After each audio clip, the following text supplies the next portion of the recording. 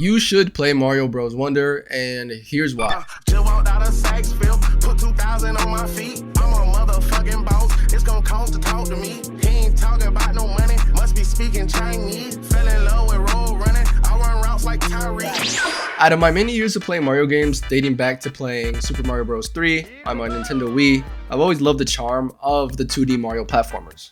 So when I was a Wii jitterbug, which means kid, I was fucking ecstatic to play Super Mario Bros. Wii.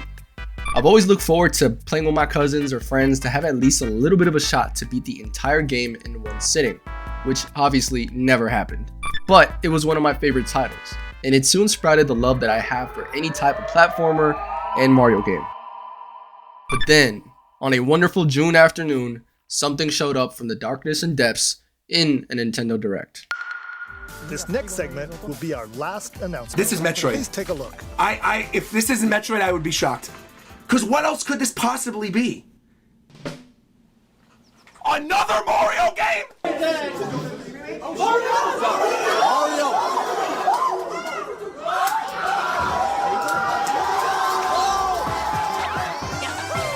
This looks amazing. I am not even that big of a... Oh my gosh, dude! A brand new Super Mario game, seemingly out of nowhere, and really the last time we had a similar title, which wasn't really brand new, but still kind of new, I guess, was Mario 3D World Bowser's Fury. But this game, everyone seemed hyped for it.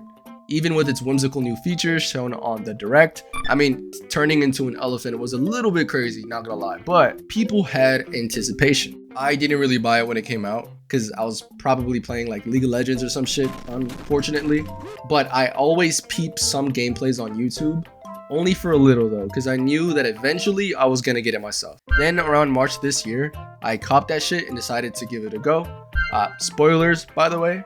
So immediately spawning into the world, we're blessed with a cute little intro in some Mushroom Kingdom like place. And then that bitch ass Kamek comes out of nowhere with Bowser and shit and says, "Yoink!"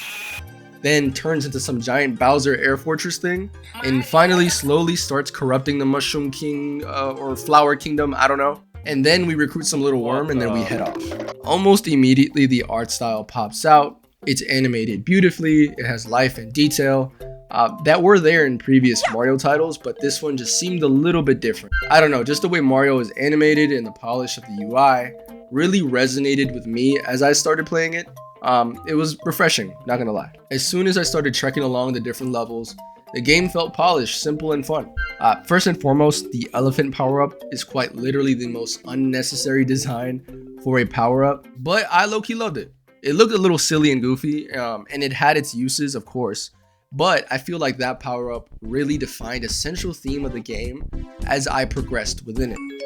At some point in every level, you can trigger something by picking up a magical flower, which then in turn makes the world become a crazier, more chaotic, whimsical type of environment, where then the level drastically changes for a short period of time. To me, it was a great change of pace and tone sometimes, kind of adding to that theme that I mentioned earlier with the elephant power-up.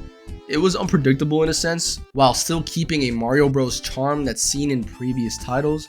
Except now there's like a herd of sheep bulls or some shit taking you across a level at supersonic speeds, which is, it's kind of cool. It's different. Then there's a new coin or new coin things. They're purple.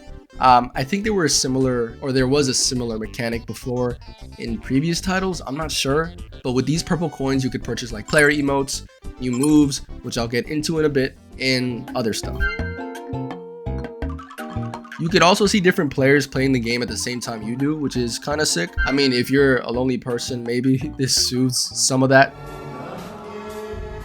But also it's useful because it could be helpful when you don't know how to pass a specific obstacle or roadblock, because some of them legitimately like help you out and show you how to beat it. I remember there was these levels that make you collect a certain amount of flower coins to pass it, kind of like a scavenger hunt in a way. I had such an annoying time trying to find all of them sometimes, and I tried to refrain myself from searching it up online like a little coward, but I didn't have to sometimes because there'd be a random player in spectral form with a Japanese name that would literally help you try to finish the levels. Like, bless that man that helped me multiple fucking times on those levels, for real. Also, if you fuck up, you can just kind of sadly float to the nearest player or player cutout to be revived, which proved useful for me because your boy was, you know, needed some work around the edges. Then a surprising new twist with a game mechanic, basically new moves that you can select.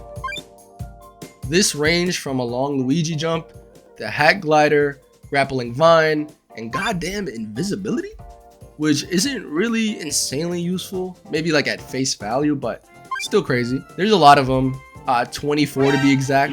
All of them can help affect the game to your advantage in different ways. So I thought that this was a nice mix-up. The boosting spin jump is the best badge, by the way. I abused the shit out of that ability.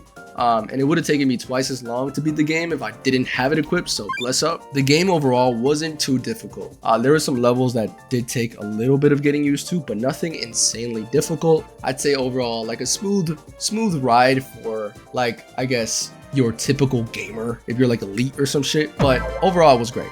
I think for me, adding a couple of more unique bosses instead of just an ever cycle of repeat Bowser Jr. appearances would have been great, but hey, it is what it is.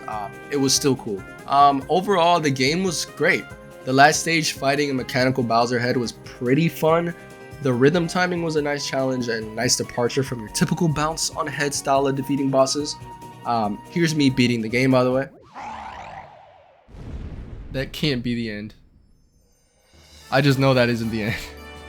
Did I win the game? No way. Where's Bowser? He's gonna like snatch some shit up right now. He's gonna like come out of nowhere, right? It's a beautiful moment right here. This reminds me of like Mario Galaxy. I guess the music. But god damn. I did it. I did it. I think this is a right step towards the evolution of 2D Mario.